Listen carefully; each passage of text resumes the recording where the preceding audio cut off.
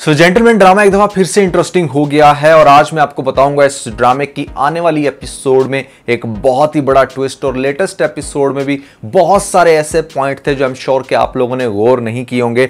Discuss करूंगा details के साथ कि उनका क्या मतलब है और सबसे बढ़ के यहां पर जरनाब को किस तरीके से मोहब्बत हो जाएगी आगे जाकर हमारे मुन्ना भाई के साथ। मोहब्बत होगी भी या नहीं ये भी डिस्कस करेंगे। तो भैया काफी ज्यादा इंटरेस्टिंग वीडियो होगी, स्पेशली उन लोगों के लिए जो लोग जेंटलमैन ड्रामे को बहुत ज्यादा लाइक कर रहे हैं। फिर जो नए लोग आए मेरे चैनल पर, अगर आप लोगों ने अभी तक पीके लग्जरी वेबसाइट को विजिट नहीं किया जहां पर दुनिया के बेहतरीन लग्जरी डेकोर आपको 50% ऑफ पर मिलते हैं, आजकल चल रही है बड़ी ईद की बड़ी सेल। नीचे डिस्क्रिप्शन में और पेंट कमेंट में आपको लिंक मिल जाएगा। अभी जाएं, अपनी मर्जी का डेकोर खरीदने के बाद हमें अपना फीडबैक देना मत भूलिएगा।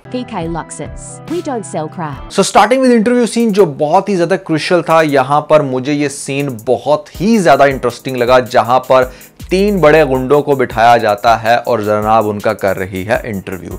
जिस तरीके से बॉडी लैंग्वेज दिखाई गई है ना हमारे सभी कैरेक्टर्स की, वो बहुत सुपर्ब थी। रहमती देखकर पागल हो जाता है यहां पर जरनाब को, उसको कुछ भी बोलना नहीं आ रहा और उसे अंदर ही अंदर गुस्सा भी इस बात का चढ़ रहा है कि यहां पर मुन्ना इतना अच्छा क्यों बोल पा रहा है, वो इतना अच्छे से रिस्पॉन्ड क्यों कर रहा है। और मुन्ना जो है ना यहां पर वो फुल तैयारी के साथ आया था, उससे मोहब्बत हो गई है जरनाब के साथ। तो वो एक तो उसके अंदर बहुत ज्यादा इंटरेस्टेड भी है और जब आप कोई अच्छा काम करने जाते हो ना तो आपके अंदर ऑटोमेटिकली वो विल पावर आ जाती है कि आप सारे काम बहुत अच्छे से करना शुरू हो जाते हैं। इवन कि आपने देखा कि उसको जेल भी हुई है तो वो को बहुत ज्यादा टेंशन में नहीं है क्योंकि उसे पता चल गया है कि उसने अपनी ये भाईगिरी वाली जो पहचान है ना ये खत्म कर दिया।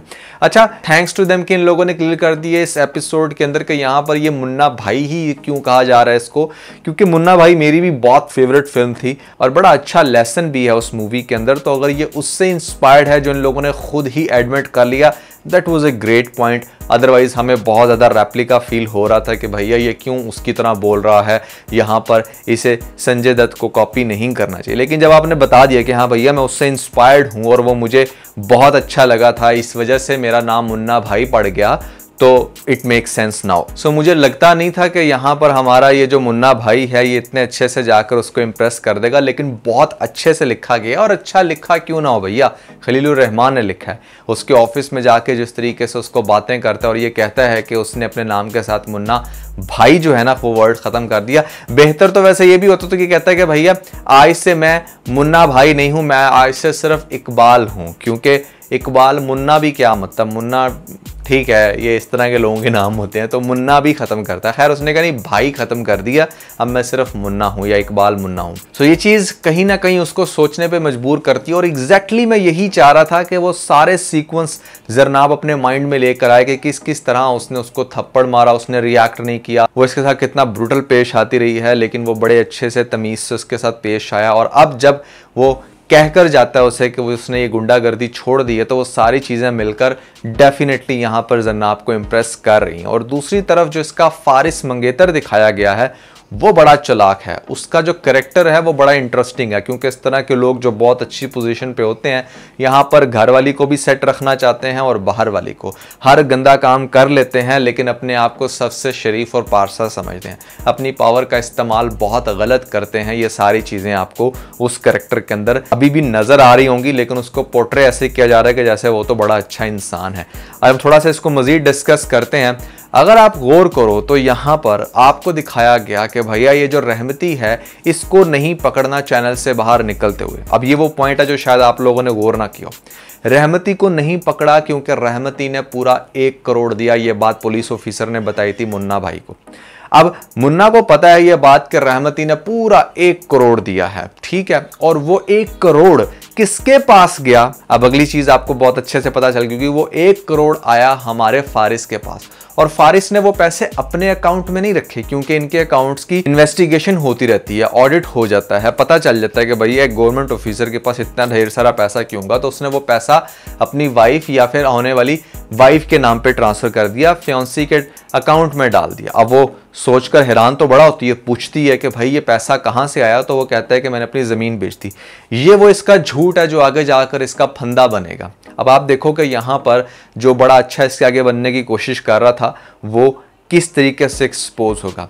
मुन्ना भाई जो बैठे हुए इस टाइम, खैर भाई तो नहीं रहा, वो जो मुन्ना बैठा हुआ इस टाइम जेल के अंदर, उसको वो बात भी याद आ गई है कि किस तरीके से रहमती जो है वो किसी बड़े अफसर से बात कर रहा था उसकी हाइनेस को लेकर, और कह रहा था कि हाँ भैया जैसा आप कह रहे हो वैसा हो जाएगा। और काफ़ी हद तक उसने क्लूज इंटरव्यू के दरमियान दिए भी हैं कि हाँ कौन वो लोग हैं कि किस तरीके से इन लोगों को मॉनिटर करते हैं। अब आप सोचें ज़रा कि जरनाब जो गुंडों से बहुत नफरत करती है, इस एक इंटरव्यू से उसको कितना कुछ क्लियर हुआ कि हाँ इन गुंडों को भी कोई कंट्रोल कर रहा होता है। इनके पास खुद से इतनी पावर कहाँ से आ गई कि मतलब 2-4 लोग मिलके इतना ज़्यादा कैसे धमका लेते हैं, भत्ता ले लेते हैं, बंदूक की नोक पर इतना कुछ कर लेते हैं, किसी को मार देते हैं। तो ऑब्वियसली कुछ ना कुछ तो इनके पास भी पावर है ना, पावर की वजह से ये कर पाते हैं ना सारा कुछ। तो अब वो अपना दिमाग लड़ाएगी और उसे पता चलेंगी ये सारी बातें, वो रिवाइज करेगी माइंड में इन सारी बातों को।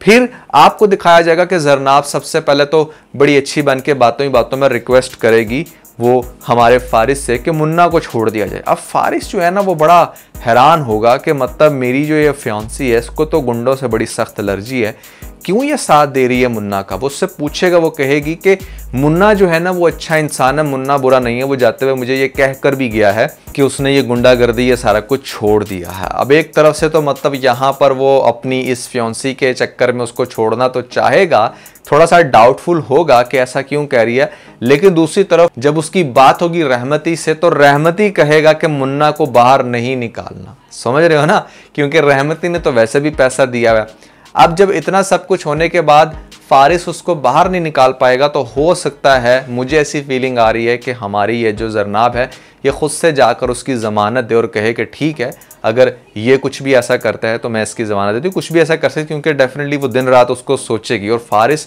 बड़ा हैरान होगा कि कैसे वो इसका इतना साथ दे रही है।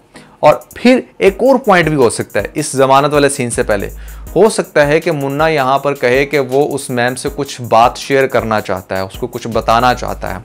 तो यहाँ पर वो जरनाब से मिले इसी जेल के अंदर और उसको सब कुछ बता दे, सबसे पहले तो रहमती के बारे में कि भैया रहमती जो है वो किस तरीके से ऊपर वाले लोगों से बात करके सबको कंट्रोल करता है। एक तो वो ये पॉइंट क्लियर करेगा जो बहुत ज़्यादा शॉकिंग होगा जरनाब के लिए।